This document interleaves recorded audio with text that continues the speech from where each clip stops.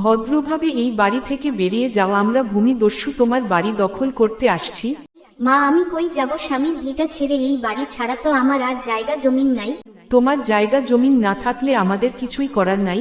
আমাদের আল্লাহ অনেক জমি দিয়েছেন, তবুও তোমাদের মতো গরিব অসহায় মানুষদের জমি দখল না করলে আমাদের রাতে ঘুম হয় না। সারা রাত চিন্তা করি কিভাবে গরিব অসহায় মানুষদের জমি দখল করা যায়, কার জমি মেপে বেশি নিতে পারি, কার জমিন রেকর্ড করে সিটিং করে আমিনের ইশারা দিয়ে দখল করতে পারি। এই দান্দায় ব্যস্ত থাকি, সুযোগ পাইলেই বিভিন্ন কৌশলে অন্যের জমি দখল করি।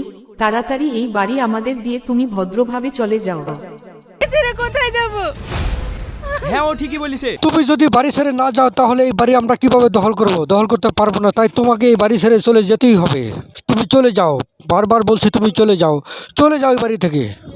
আমি আমার স্বামীর পিঠে ছেড়ে কোথাও যাব না। তুমি চলে যাও, বারবার বলছি তুমি চলে যাও, চলে যাও এই বাড়ি থেকে।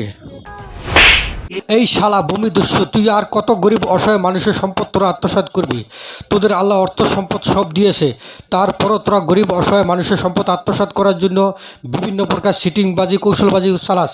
আমিনের পিছন থেকে ইশারা দিস, অন্যের জমি রেকর্ড করে দখল করিস, মানুষের জমি মাত্রা বেশি করে দখল করিস, গরিব অসহায় মানুষের সম্পদ জোর করে দখল করিস।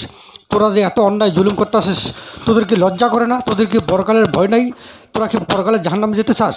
এখনও সময় আছে, যদি ভালো চাস তো এই মহিলার জমি ছেড়ে দিয়ে চলে যা। আর কোনো দিন এই মহিলার জমি সহ কোনো মানুষের জমি দখল করতে আসবি না। যদি দখল করতে আসিস তাহলে 999 ফোন দিয়ে তোদেরকে পুলিশের হাতে তুলে দিব, প্রয়োজনে সেনাবাহিনীকে খবর দিব। হেই আমার লাঠিয়াল বাহিনী কোথায় আসো? সবাই ধরে ওরে গণদোলাই দে। স্যার থামুন, ওরা সমাজ গ্রামের সহজ সরল মানুষ, ওরা অন্যায় জুলুম অত্যাচার এগুলো সহ্য করতে পারে না, ওরা ভূমিদস্যুদের দেখতে পারে না।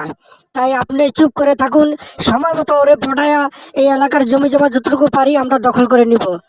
ঠিক আছে, তুমি আমাদের সঙ্গে কাজ করবে? আমি তোমাদের সাথে কাজ করতে পারবো না, কারণ তোমাদের মতো গরিব অসহায় মানুষের জমি দখল করতে পারবো না। তুমি শুধু জমি মাপার সময় আমাদের সাথে থাকবা।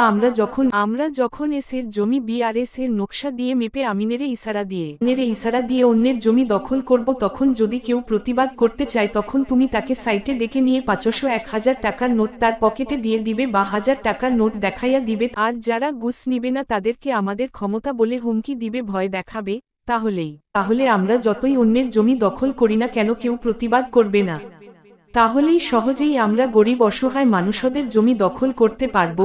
তুমি কি রাজি? হ্যাঁ, এইসব কাজ হলে আমি করব।